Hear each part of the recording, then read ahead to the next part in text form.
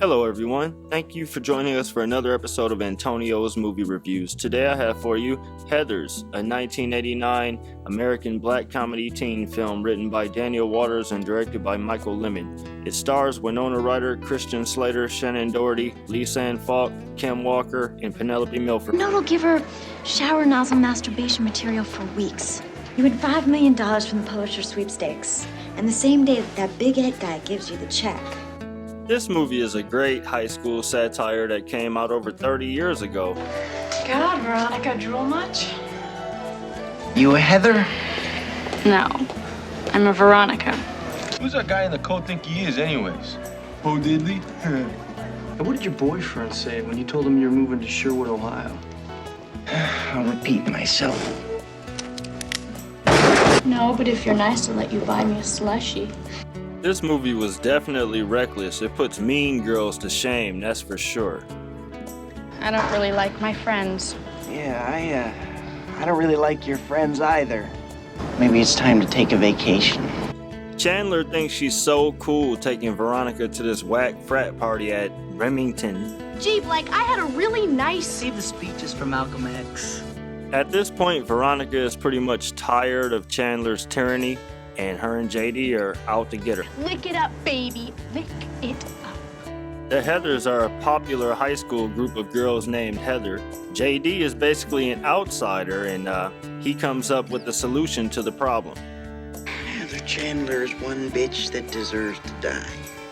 This is one twisted black comedy of a teenage movie. One that when it came out was in the midst of the perfect ending John Hughes movies such as Breakfast Club and Pretty in Pink.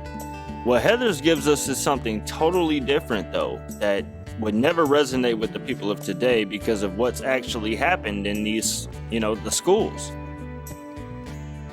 I'm gonna have to send my SAT scores to San Quentin instead of Stanford.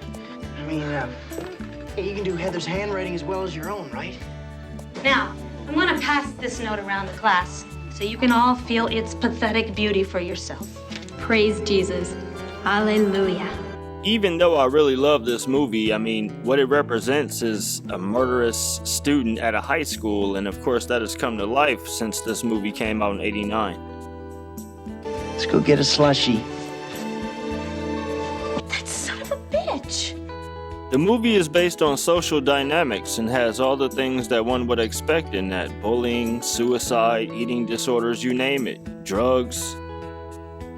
Kurt and Ram were out to ruin Veronica's reputation. Count of three, guys. 3. After going on that double date with Heather, Veronica ended up getting her reputation ruined because Kurt and Ram made up some lies about what happened at that date, and JD came up with a solution to that. I've got no control over myself when I'm with JD. Our way is not our way. Oh, yeah, tell that to the judge, all right? JD blackmails Duke into getting everyone to sign a petition that, unbeknownst to her, is intended to act as a mass suicide note because, of course, the murderous JD has big plans. People can take this movie and relate it to the way society actually operates. In a world where social media has literally become the social structure of the way we communicate, how can one now overlook the fact that likes and views are conducive to popularity when not everyone gets the same attention? It's like still a race to become popular in the end. McNamara attempts to take her life by overdosing in the girls' bathroom, but she is saved by Veronica.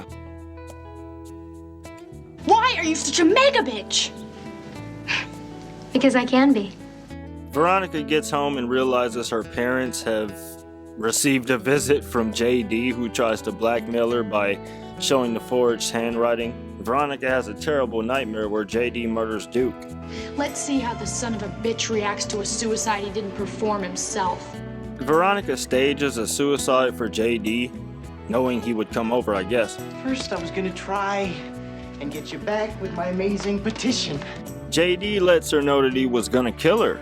I was afraid of you coming home late. I should have let you take that job at the mall. Yeah, my mom wouldn't have taken it that well.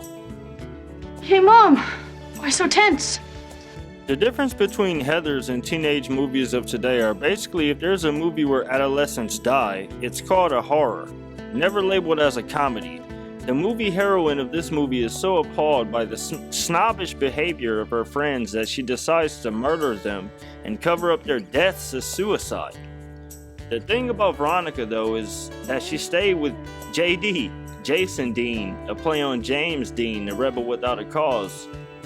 This movie is like shot in such vivid and bright colors that it's almost like the film Clueless except with a verified kill count.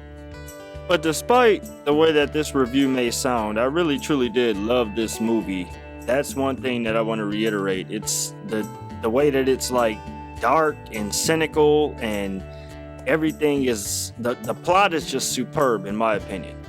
There was a pep rally going on, but JD goes outside to set off the bomb and he actually blows up. I mean, he dies at the end. Christian Slater. Thank you for joining me for another episode of Antonio's Movie Reviews. Don't forget to subscribe.